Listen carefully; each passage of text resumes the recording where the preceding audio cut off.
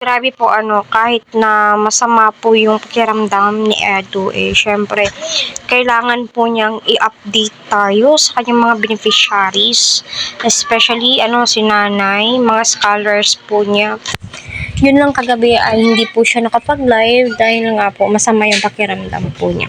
Pero ramdam po natin na until now masama pa rin po yung pakiramdam niya. Ngunit kinakaya niya lamang po para may mai-update at may upload siya sa kanyang channel. So diyan mo po talaga masasabi, grabe, napaka-good Samaritan po talaga ni Eds. Wala po siyang pinipiling oras, araw.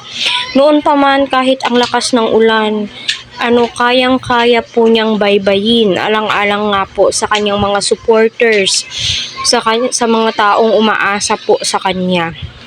Kaya naway pagpalain ka, Eds, mag-ingat ka palagi kung saan ka man pumupunta kasi health is wealth ngayon. Napaka-importante po yung kalusugan mo. Pero saludo kami sa'yo sa mga ginagawa mo. Grabe po talaga yung sinasakripisyo mo para sa mga beneficiaries mo, di ba?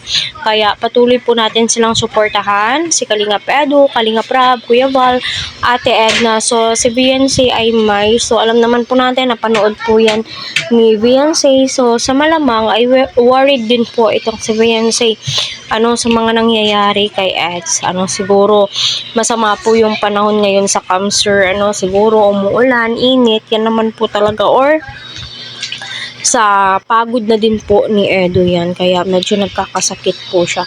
Pero hoping and praying na maging okay po siya. Uminom lang po ng napakaraming tubig. Water therapy lang po yung kailangan dyan, di ba? Para sa ganun ay gumaling po siya. Aside po doon ay mag-take ng vitamins.